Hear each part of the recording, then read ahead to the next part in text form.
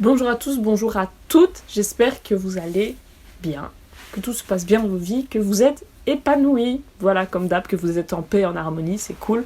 Bref, nous nous retrouvons dans cette vidéo introductive pour parler du thème extrêmement vaste et compliqué qu'est l'astrologie. Cette vidéo ne va pas du coup rentrer dans les détails, on va vraiment voir les bases, essayer de comprendre un petit peu pourquoi est-ce que c'est aussi complexe.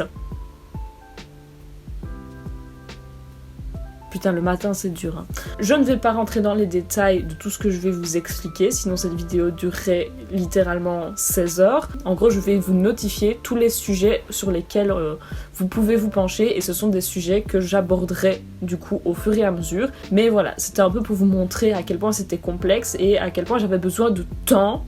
Parce que l'astrologie, il y a énormément de thèmes à aborder, et donc je n'ai pas envie de faire ça de manière bâclée ou sans que ce soit suffisamment clair. Donc j'ai besoin de temps, moi déjà, pour comprendre tout en profondeur, sachant que ça fait déjà 2 ans que j'étudie ça vraiment bien. Enfin, j'ai commencé il y a 2 ans à m'y intéresser fortement, et en 2 ans, après m'être renseignée, etc., je ne m'estime pas encore assez informée sur le sujet que pour vous en parler correctement.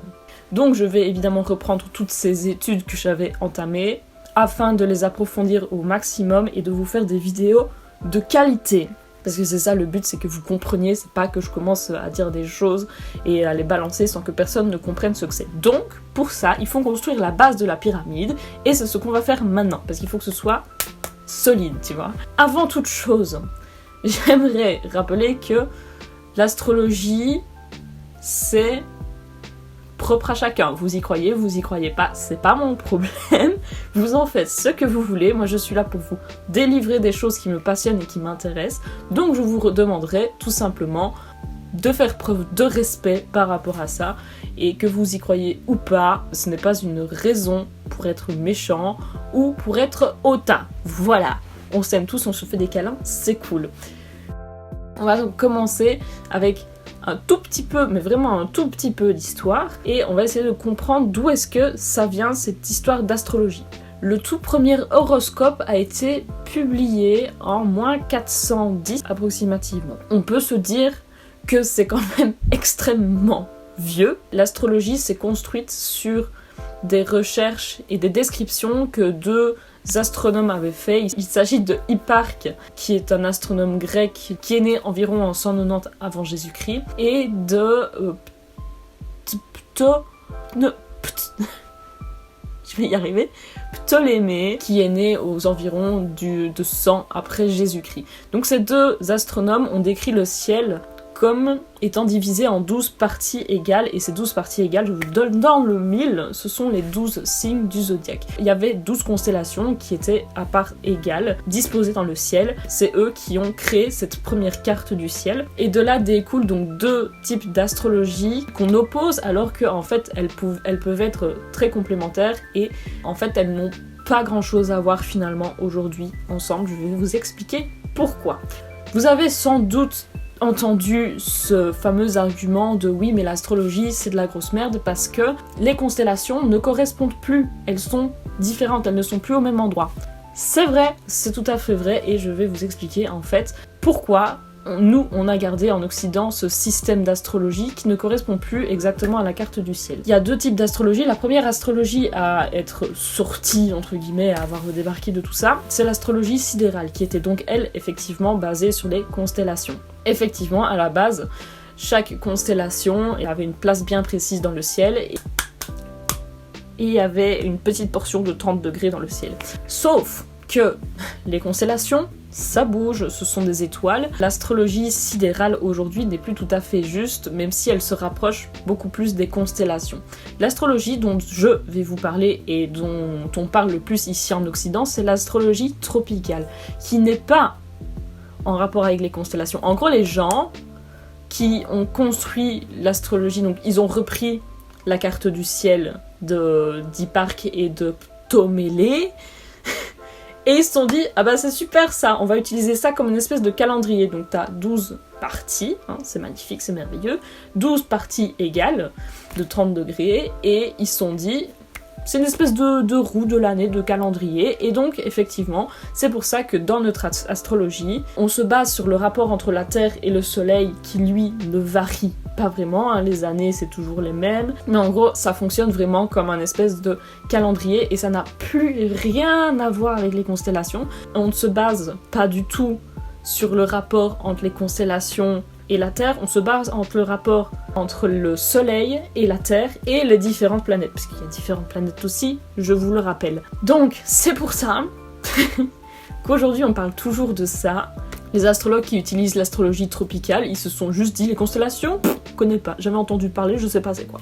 Et donc à ça, on peut mêler en fait l'astrologie sidérale. L'astrologie sidérale qui est principalement utilisée en Asie est divisée toujours en parties égales. Or, les constellations dans le ciel ne sont plus réparties sur des parties égales. Bref, tout ça pour vous dire que donc l'astrologie sidérale est-elle basée sur le rapport entre les planètes et les constellations, mais que l'astrologie dont on parle ici en Occident, l'astrologie tropicale, est basée sur le rapport entre le Soleil et les autres planètes. Vous pourrez répondre quand on vous dit c'est n'importe quoi parce que les constellations c'est plus la même chose. Les constellations ne rentrent pas dans l'équation, donc du coup, nous on s'est bien lavé les épaules, on a fait constellation ça a bougé. Tu sais quoi, on les dégage de l'équation, c'est pas grave. Ces deux types d'astrologie ne vont donc pas à l'encontre l'un de l'autre comme on pourrait le croire. Moi je pense qu'il faut chacun se respecter, prendre en compte ce que chacun dit et être complétif. Voilà, c'était pour la petite histoire.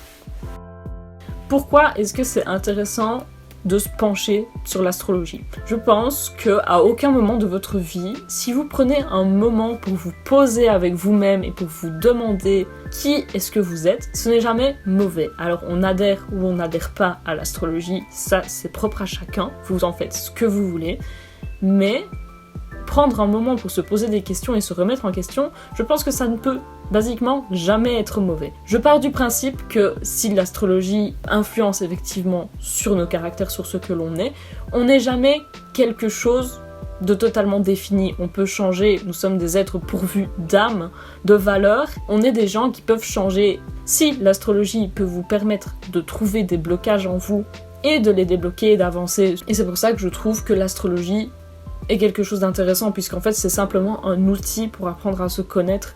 Pourquoi est-ce que l'astrologie est aussi complexe? Pour faire un bon horoscope, il faudrait prendre en compte le thème natal de la personne et la carte du ciel actuelle.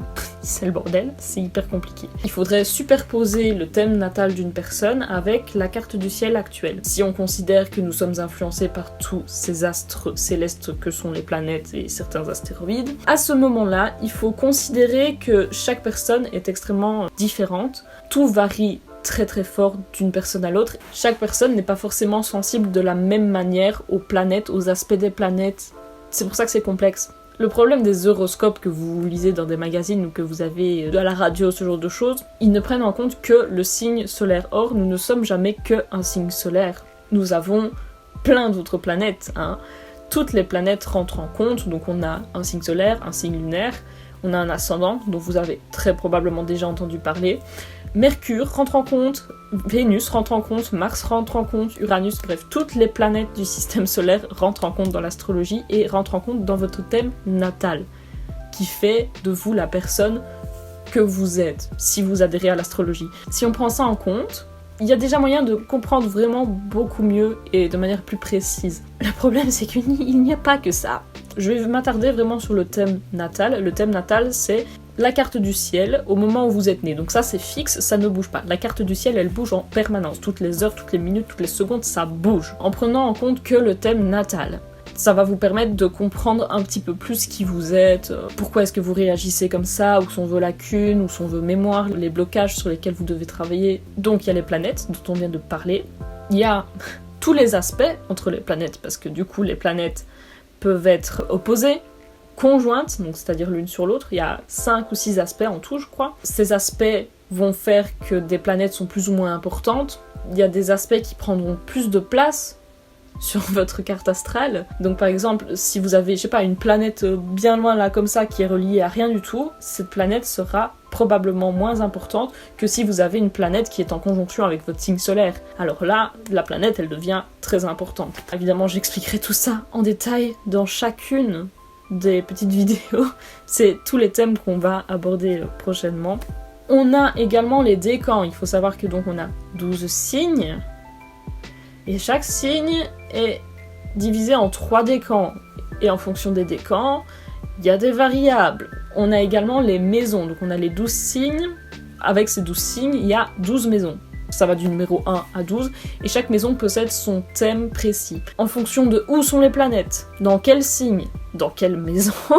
Il y a des maisons où vous n'aurez aucune planète dedans, qui seront moins importantes, mais qui sont quand même existantes. Et vous aurez des maisons où il y aura beaucoup de planètes dedans. Et donc, ça devient des maisons plus importantes. Ça devient des thèmes qui vous touchent plus. Les maisons, les aspects, les signes, les décans. En plus de ça, donc on a des planètes, mais on a aussi des astéroïdes. Et on a d'autres points clés qui sont des points fictifs que l'on utilise en astrologie karmique. Et donc voilà, je vous raconte pas le bordel que c'est, il y a énormément de choses. Dans un premier temps, on va probablement repartir sur les signes, je vais vous expliquer en profondeur tout ce qu'est chaque signe. En gros, voilà pourquoi l'astrologie est si complexe et voilà pourquoi je n'ai encore jamais fait de vidéo très approfondie, mis à part le cycle lunaire, et encore ça sortait un petit peu de l'astrologie, de ce qu'on va voir. Je vais vous donner évidemment, bien sûr, quelques sources à aller voir si vous voulez approfondir déjà par vous-même, parce que moi c'est bien, mais approfondir vos recherches, c'est mieux. Donc, premier livre que j'ai à vous proposer, c'est Le thème astral de Helena Dryburgh. Je ne sais pas comment est-ce qu'on dit, j'ai probablement écorché son nom de famille et je m'en excuse.